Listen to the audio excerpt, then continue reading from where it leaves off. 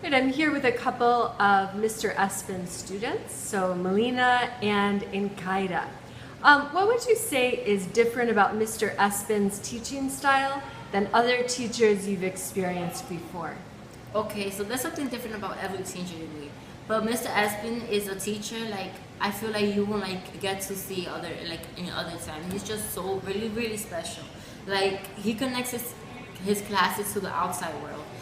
Just like last week we were learning about how our community and our society affect us and how we develop through our childhood to how we are in the future. So he was giving an example about Central Park, how they're more of a race of white people go to that park, and how is it more clean and more not very diverse as if you go to 189 Park here in Washington Heights. How is there's barely trash can, and how is no of the race white people go, and a lot of the Hispanic people go there, and how people act as throwing trash everywhere, and how when you go to downtown or 42nd Street, you see every street clean, and how you act differently when you go to different places. Really interesting. So, what are other examples how he connects your outside life to schoolwork?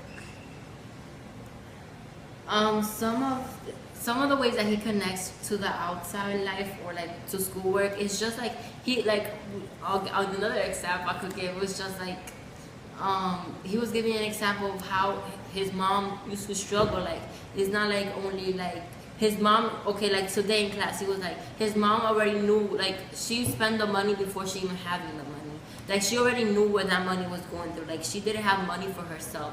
That is something that connects to a bunch of our students in our classes, and it actually affects you. And it's when you think about it, you're wow, it actually connects to you. What kind of teacher are you that can actually connects to you?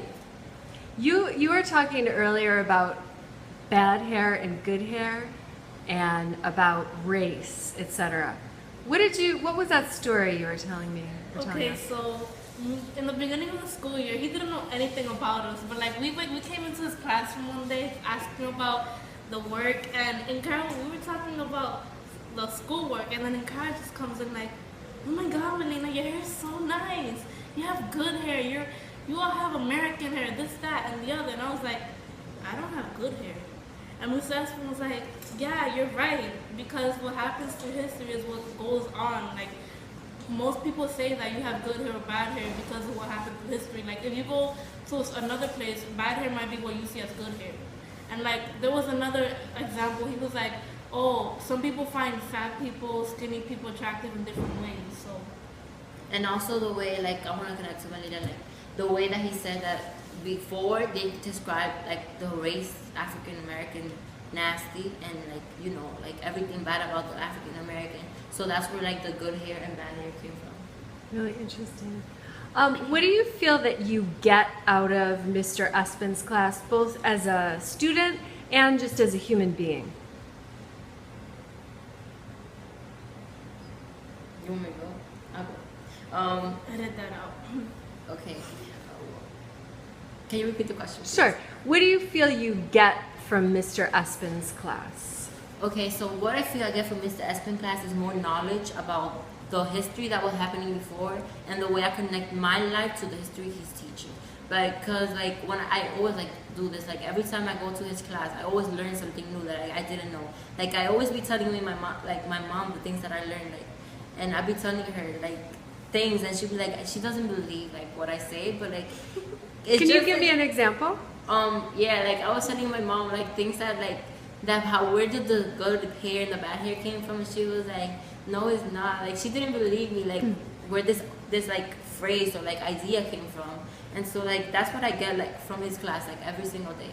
That's really cool. Even when I talk to my mom, so kind of what Inkaira was saying, I be telling my mom, oh, how do you know we're Catholic? We could be Christian. And she's just no, we're not, we're Catholic. And then I explain to her why we're Catholic, and she doesn't believe me, and I'm just okay. And also when he puts you on the spot, it's not always good, but it helps you, because this happened to me the other day. He called on me, and I was just I don't know what to say. And then he's just like, we can take it one step at a time. So he gives you a general question, and then he asks me specific questions in between. So he's like, oh, he gives you a general question, and then he's just like, once you get that right, he goes deeper and deeper and deeper. So yeah, and also what we were talking about earlier, the flip side of that. What you said earlier. About him really liking it when The people questions ask you questions. Oh yeah. Something that happens like every time we go that's probably like one of the like you could ask a bunch of people like they will say like that's their favorite part. Like every time we go to the hallway they be like, damn, Mr. Espin, like I asked a question in class and he was like, damn, what a good question that is. And so like that brings emotion to the kids, to the student, and basically make them feel like they're like, it makes them feel like, wow, like the things I'm learning are making my teachers excited. Like I like you actually feel like you, oh my god, like I'm smart. Like you know, like some kids go to classes without confidence and they be like, I'm just gonna sit here and not do anything. But like that moment that you think about what you're learning, you act like that question pops out to your head and you ask that question, and having a teacher be like recognizing that that question was actually good, it's like it makes you feel like That's awesome. great. So go ahead, sorry. And some people, they find the question funny. Like, you might find it funny, but like Mr. Espin said, there's no stupid question. All questions are thoughtful. That's great.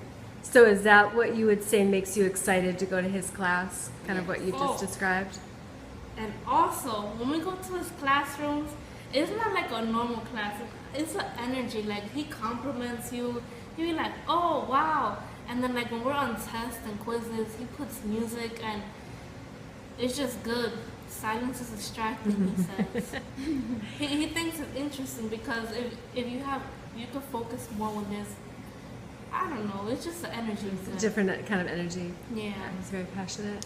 All right, so, let's say 10 years down the line when you're about 24 years old, what do you think you'll remember about Mr. Espin's class and just Mr. Espin in general?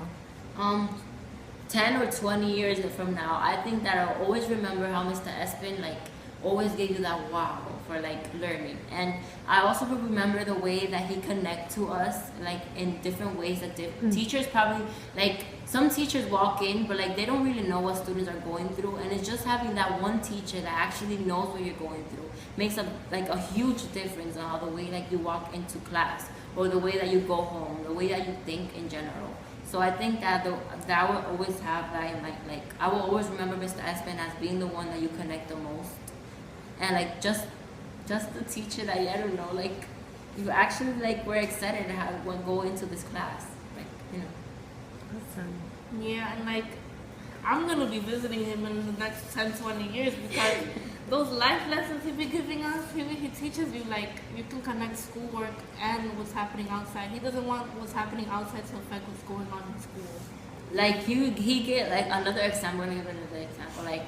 He gave this one example once. He said this little girl she her parents they teach her the racism and all of that.